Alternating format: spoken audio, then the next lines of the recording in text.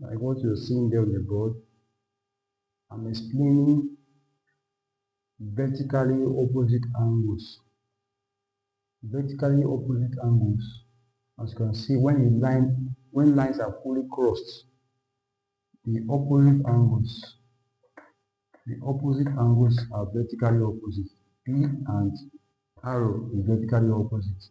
A and B is vertically opposite, meaning that they are what? They are equal. You must put your reasons there. Don't forget that when lines are fully crossed, not as if it's crossed and bent, no, fully crossed, the angles opposite themselves, that is facing themselves, they are equal, they are vertically opposite. You must put your reason. The same thing that happens here. The lines are fully crossed. Q is equal to Z because it's vertically opposite to Z. Y is equal to X is vertically opposite to Z. That's what you have there. Then for this other diagram you are seeing here, this one explains two type of angles that's right there on the board of my heading.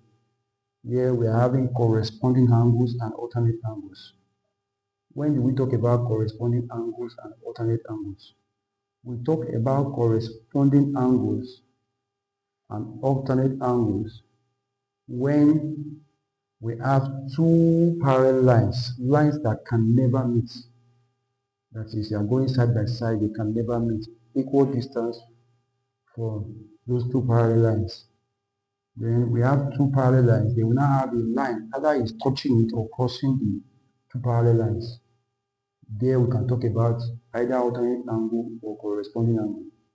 That must be satisfied. You cannot just talk about corresponding angles or alternate angle when we don't have at least two parallel lines and a line crossing it, which we call the transversal.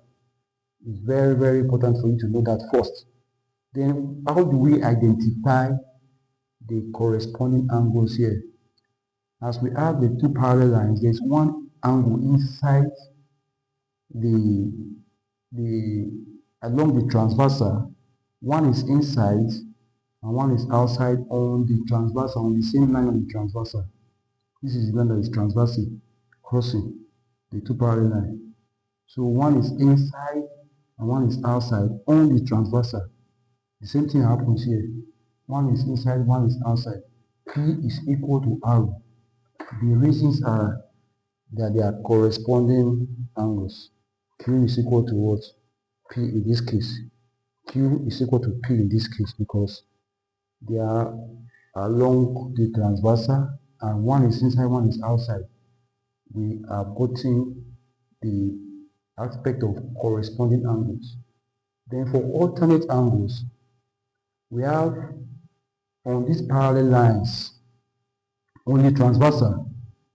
The two angles are in between the parallel lines. They are in between, but they are facing opposite direction. This one is facing this direction, this one is facing the other direction. They're not facing the same direction. This one is facing the direction, the other one is facing they are not facing the same direction. So you can see that direction is facing, this one is facing the direction, is facing the other direction, but it's in between, but along the what? Transversal. They are also equal. They call it what? We normally call it alternate angles. Z is equal to P. They are alternate angles. Whenever you are solving questions like this, you are giving questions, you just say this is equal to this. You put your reasons because examiners are always waiting for your reasons whenever you make decisions like this. If you don't put your reasons, you have done nonsense. So another aspect of the reason why you need to know all of this is also the applications. You cannot shy away from it. When we are dealing with vectors, to understand vectors in depth, the one that has to do with acute angle vectors, we make use of corresponding angles there. We use it there. Then when we want to talk about bearing, we make use of alternate angles a lot. In fact, that one is, there's hardly any calculations that will not involve the use of alternate angles. So it's very important for you to know this.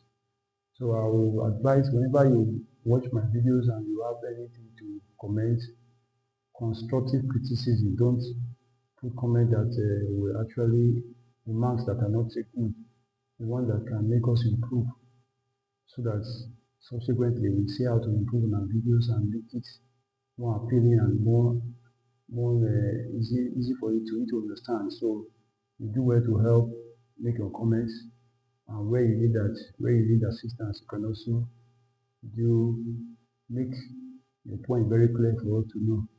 So always follow me on my page, and you will definitely get more tips in mathematics that will help you and make it very easy for you to follow before we go to complex calculations. I'm just starting this process as well for you to know the basics that is necessary for you.